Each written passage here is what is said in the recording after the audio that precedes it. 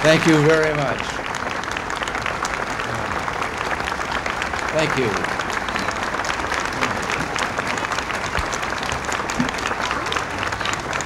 Thank you. Thank you very much for coming, and buenas tardes.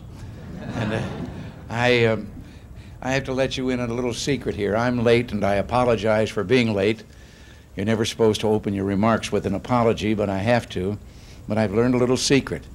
If you start the day as I did today with a meeting with members of Congress, you are behind schedule for the rest of the day. And it's been that way so far. But it's a real pleasure to welcome you to the White House. Mi casa es su casa.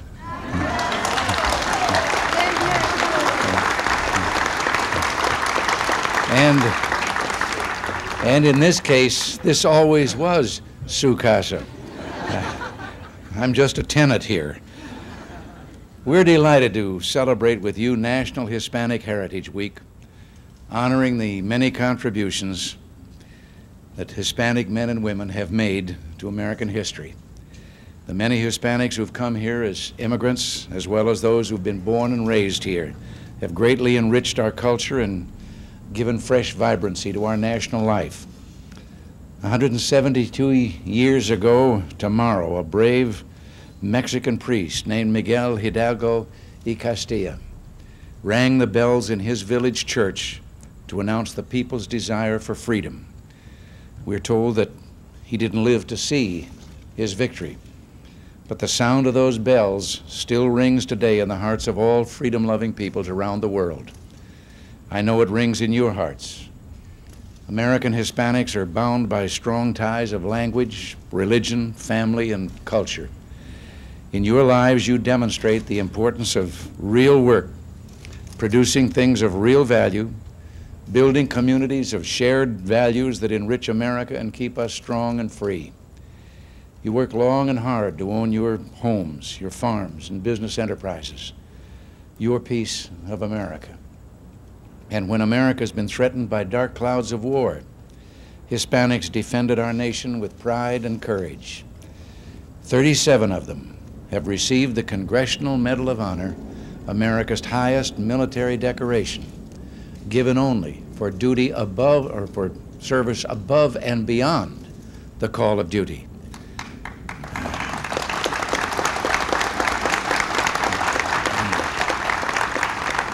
And this 37 happens to be a greater proportion of such heroes than in any other group. Just last year, I had an unforgettable experience. I presented Roy Benavides, former farm boy from Texas, with the Medal of Honor for his exceptional valor and courage in the Vietnam War. Incidentally, on our way over to the Pentagon for that ceremony, and he was telling me of the incident. He saved 8 wounded men's lives, going under enemy fire to bring them one by one to a rescue helicopter. He was shot 4 times and finally was attacked hand to hand by a man with a rifle and a bayonet that he had to fight off after he put down the wounded man he was carrying. And when we were talking about this, and I think you'll appreciate this, as we were riding over, and when he was attacked by the man with the rifle and bayonet, he said, I'd been shot 4 times already. He said, that's when I got mad.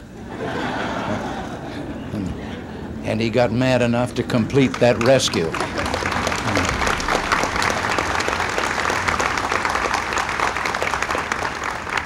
Hispanics bring honor to their country should honor them. In my 8 years as governor of California, I'm proud to say that I appointed more Hispanics to high positions than any previous governor in California's history.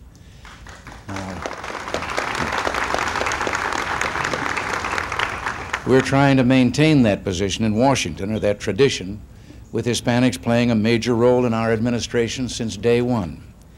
We've already appointed more Hispanic men and women to top-level executive positions, more than 50, than any previous administration.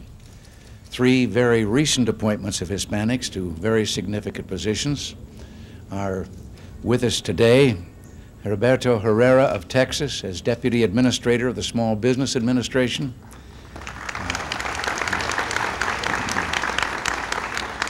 Raymond L. Acosta as United States District Judge for the District of Puerto Rico.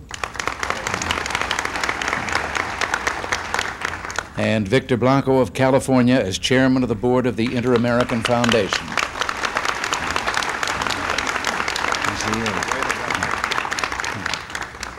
With good people, we can have better policies.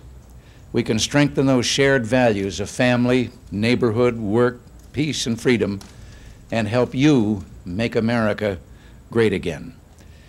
Your families feel strongly about the moral values maintained by our country's religious school systems.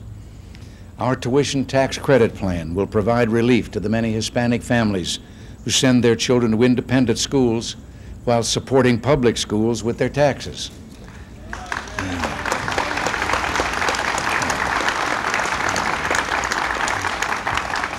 Speaking of these moral values, we think it's about time that all American children have the right to begin their days the same way the members of the United States Congress do, with prayer.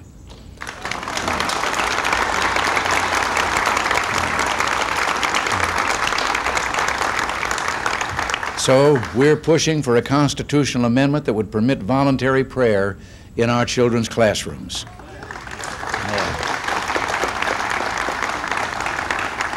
By extending the Voting Rights Act, we've locked in guarantees of full constitutional and political equality for Hispanic Americans. And getting control of runaway government means hardworking Hispanic families can keep more of the money they earn, and the rate of inflation and interest rates can keep heading in the right direction. They're going down, and they're going to stay down.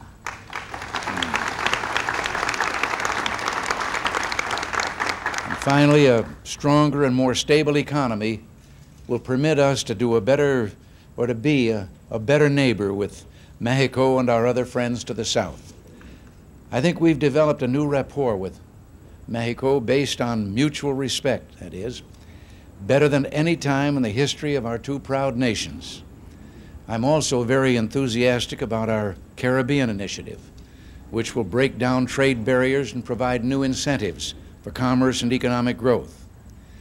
At the root of everything that we're trying to accomplish is the belief that America has a mission. We are a nation of freedom, living under God, believing all citizens must have the opportunity to grow, create wealth, and build a better life for those who follow.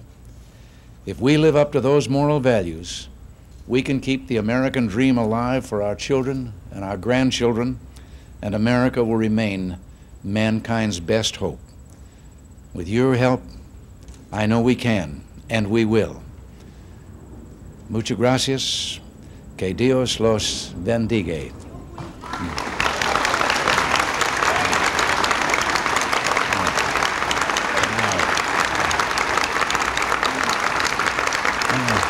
Thank you very much. Thank you. I know there's refreshments down there, aren't there? Yes. There are. Thank you. Okay. Refreshments await you down there, and I have to do what the little girl, 11-year-old girl, said just after I got here when she wrote me a letter, and who has lost a bracelet? All right. We really are conservative.